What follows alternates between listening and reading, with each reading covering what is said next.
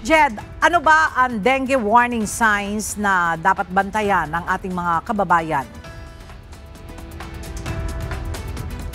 Ella, kasama riyan is yung pagkaranas ng matinding pananakit ng tiyan, paulit-ulit na pagsusuka, pagdurugo ng ilong at gilagid. Ilan lang yung mga ito sa pinababantayan ng mga health officials sa ating mga kababayan dahil kung maramdaman yung ganito mga senyales o sintomas, maaring ang isang tao ay mayroon ng sakit na dengue.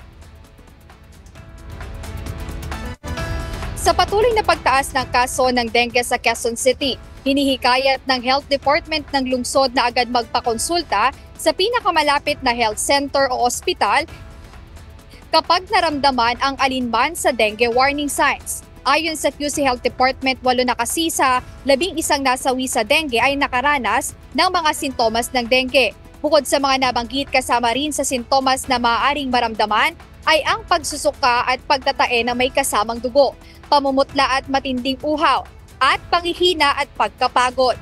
Binigyang diin ng QC Health Department na libre ang check-up at dengue test sa mga health center kaya hinihikayat nila ang bawat isa na magpakonsulta.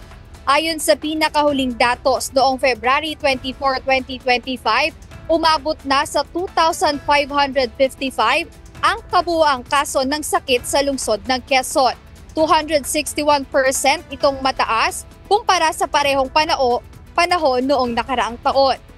Samantala, nagbukas ang Department of Health ng fast lane sa mga government hospital para sa dengue cases. Ito ay upang mas mabilis na mabigyan ng agarang serbisyong medikal ang mga pasyenteng nakararamdam ng sintomas ng nasabing sakit o kasalukuyang may dengue.